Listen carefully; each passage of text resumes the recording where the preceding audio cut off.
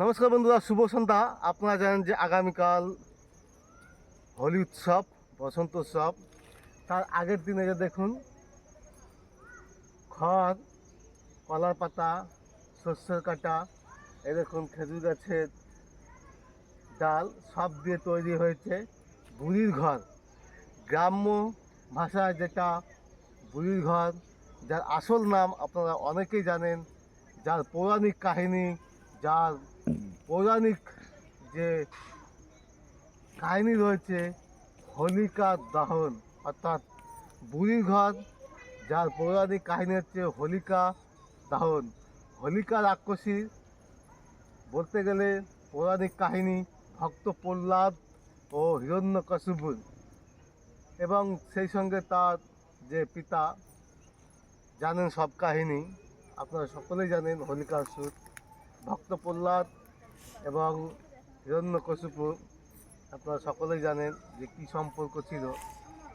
কোনোভাবেই যখন ভক্ত প্রহ্লাদকে তার পিতা জলে পাহাড় থেকে ফেলে, এমনকি আরও কয়েকটা পদ্ধতিতে যখন তাকে না মারতে পেরে হোলিকা অসুরের সাহায্য নিয়েছিল, কিন্তু সেই হোলিকা অসুরকে বধ করেছিল সেই ভক্ত প্রহ্লাদই।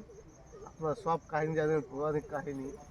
অর্থাৎ হোলিকা অসুর, অর্থাৎ হোলির যে ঠিক আগের দিন যে হোলিকা অসুর দাহন করা হয়, অর্থাৎ অশুভ শক্তির বিনাশ ঘটিয়ে শুভ শক্তির যে সূচনা বা শুভ শক্তির যে জয়, অর্থাৎ হোলি হোলির ঠিক আগের দিন হোলিকা অসুর বধ করা হয়।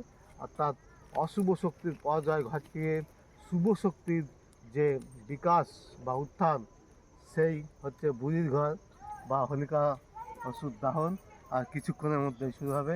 দেখুন, গ্রাম বাংলার চলতি কথা যে হোলিকা অসুর, যে বুড়ির ঘর, গ্রাম বাংলায় চলতি কথা যে বুড়ির ঘর বা ন্যাড়াপোড়া কী আছে, আজ আমাদের ন্যাড়াপোড়া, কাল আমাদের দোল, পূর্ণিমাতে চাঁদ উঠেছে, হরি হরি বল।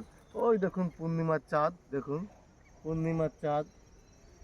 আর এই দেখুন তার পাশে হোলিকা অসুর অর্থাৎ বুড়ির ঘর কীভাবে সুন্দর করে তৈরি করেছে কচিকাঁচা বালকেরা।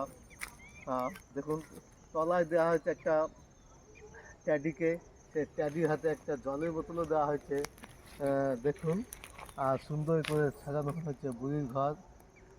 বালকরা, কোনো এক বালক বা কোনো এক গ্রাম্য ছেলে সুন্দরভাবে তৈরি করেছে বুড়ির ঘর বা ন্যাড়াপোড়া। হোলিকা দহন, হিরণ্যকশিপু, ভক্ত প্রহ্লাদ এবং তার যে পৌরাণিক কাহিনী রয়েছে, দেখুন সেই হোলিকা দহন অর্থাৎ ন্যাড়াপোড়া অর্থাৎ বুড়ির ঘর সুন্দরভাবে। আর কিছুক্ষণের মধ্যে হয়তো দাও দাও করে জ্বলবে হোলিকা সুর, অর্থাৎ ন্যাড়াপোড়া।